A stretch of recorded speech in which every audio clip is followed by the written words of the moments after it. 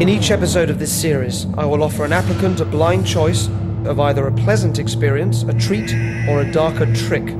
Following advertisements in the press, over 1,000 people applied online. All were sent a card saying they were being considered, but none of them knew if or when they were going to be chosen. These are the people I've selected. They just don't know it yet. Welcome to Trick or Treat.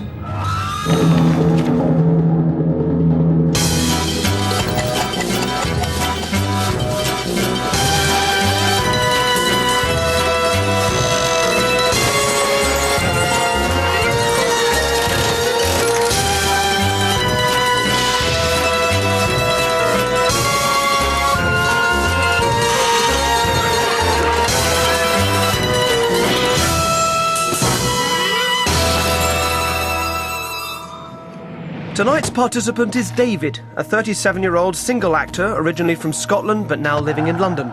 He dislikes moths, likes the Kaiser Chiefs, hates astrology, is probably the greatest stage actor of our generation and is widely known as a Time Lord. As usual, we've left our images around as clues he's about to get involved.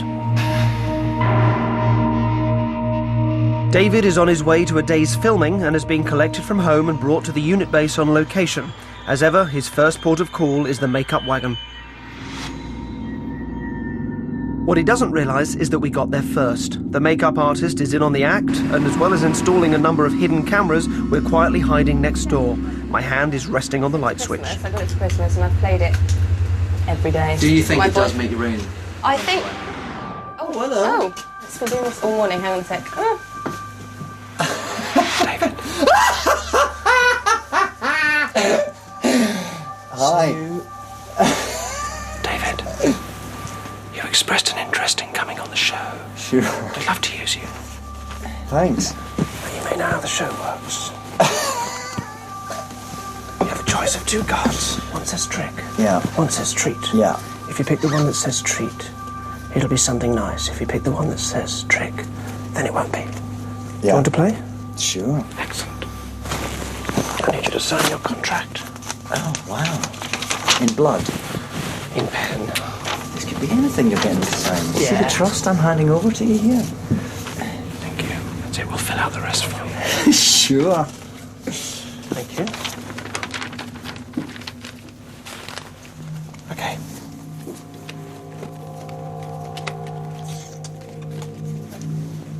Point to the one you'd like. Okay, I won't let you see. Very good. Thank you. Thank you very much. A pleasure. We'll be in touch. Okay. Thank you. Yeah, I don't think it improves your... doesn't make you more clever, but it just improves memory, definitely. Yeah. Sure.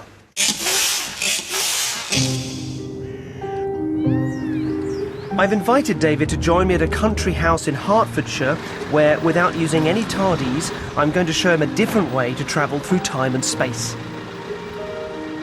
So which doctor were you growing up with?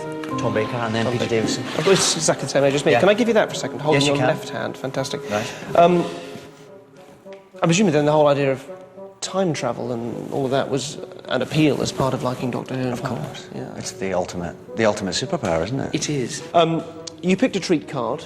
Did Okay. I? Yes, you Good, did. You did. good. So you can breathe a sigh of relief there. And the treat that I'd like to give you is an experience of a sort of time travel. I'm going to begin by taking you back to a very specific date Right. at a very specific time Right. and ask you for things that can be verified. All right? So that's what we're going to do. First of all, thank you very much for coming along and doing this. Look at me now and just sleep. Now, you can stand and relax and just let yourself drift down.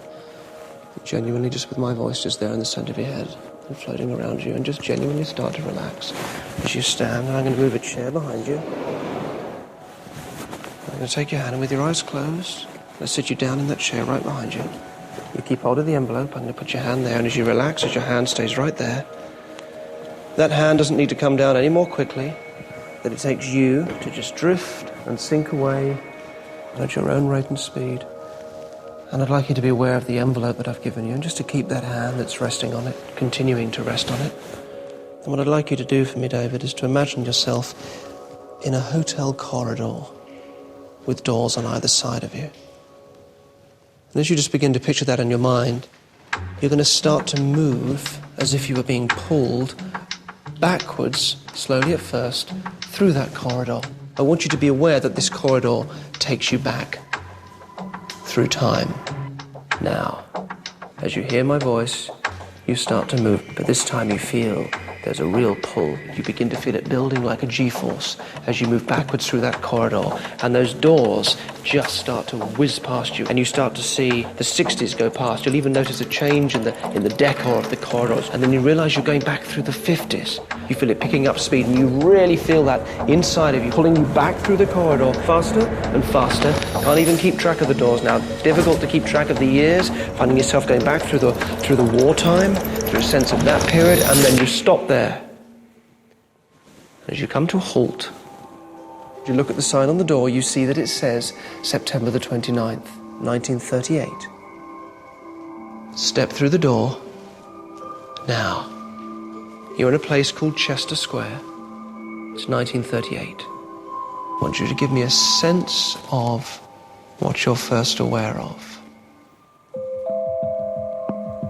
There's a road. Mm-hmm. And there's a car that's stopped. There are lots of people. There's been an incident with the car. And anxiety amongst them. So there's a lot of emotion. Okay. It's a woman. And what happened? The car stopped and there was a bit of a hullabaloo. Okay. It's about her. It's something she's done or something she represents. And as you look around the square, is there any buildings? It's a church. So there's a very strong emotion coming from this crowd towards this one woman. Here's what I want you to do. I'd like you to slide from where you are. Find yourself going back through the door. This time you're going to move forwards. And to shoot forward now, coming right up to the present day, and when you get there, you feel yourself waking up.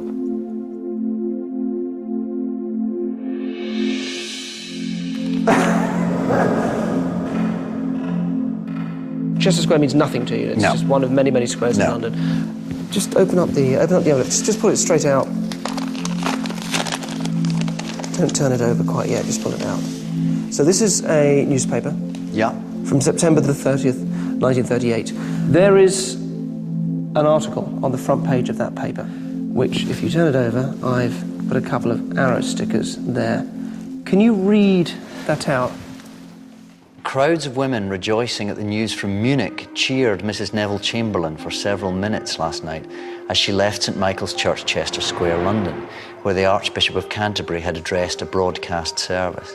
As Mrs. Chamberlain appeared at one of the doors after the service, a great crowd were waiting to cheer her. By the time her car had arrived, they had grown to several thousands. As she stepped into the car, they surged round her, cheering continuously.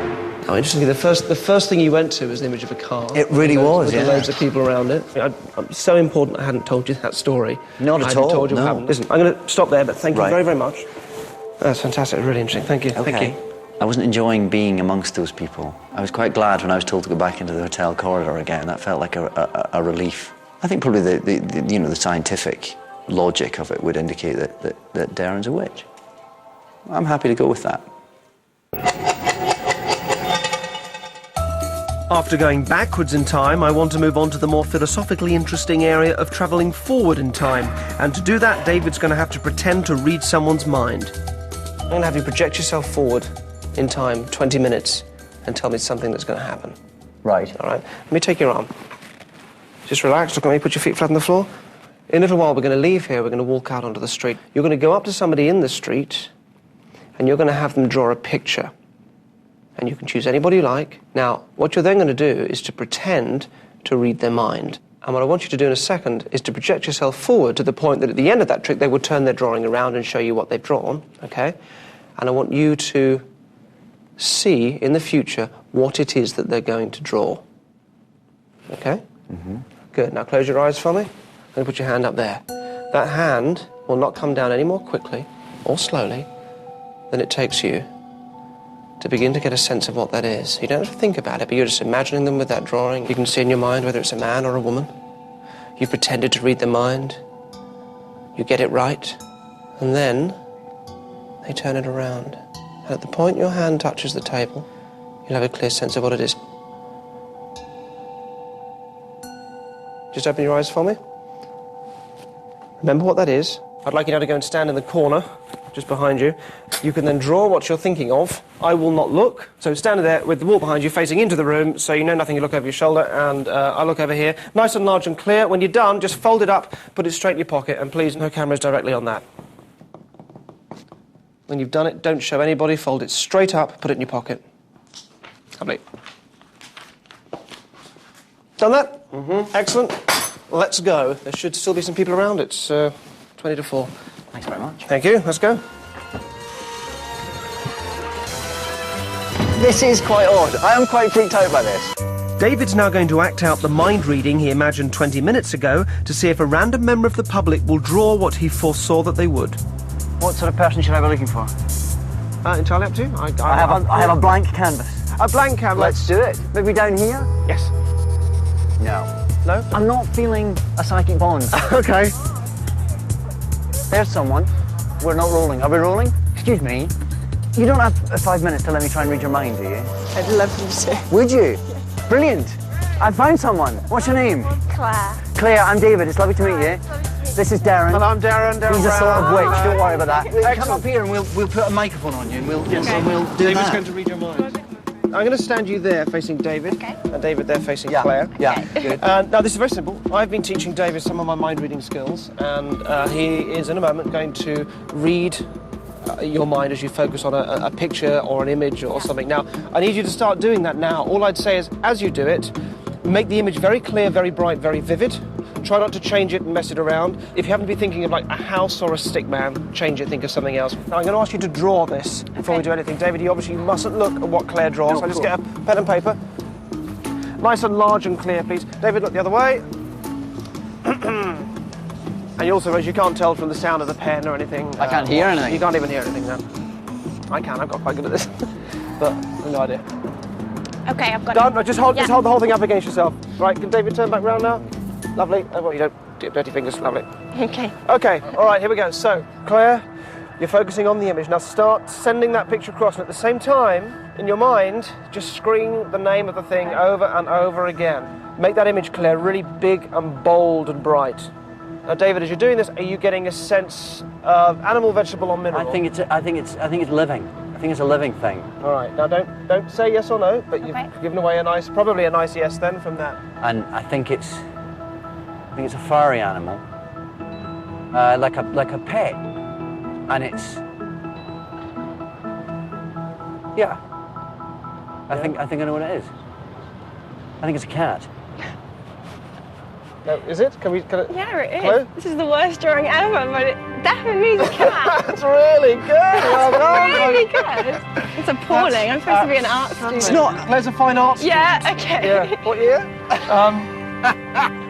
Congratulations. Look, we're going to ask you a few questions about it, so just stay put for a second. Okay. Well done, though. Congratulations. Let's step out. I can't understand possibly at all how he would have been able to grab that from me. Well, it was pretty strange when he said that he thought it was something furry. It was quite difficult for me not to laugh, actually, just because I couldn't believe he'd actually got it. So this is Claire's drawing, which is quite freaky. Well, I'm just going to show you, because I'm really quite freaked out by this. There's not much to choose between them, really. It's the tail's going the same way, even the sort of slightly devilish, the devil horn ears, which as I drew them, I was thinking, they don't look much like cat ears, but she's done exactly the same thing. But I wasn't expecting it to be quite so bang on.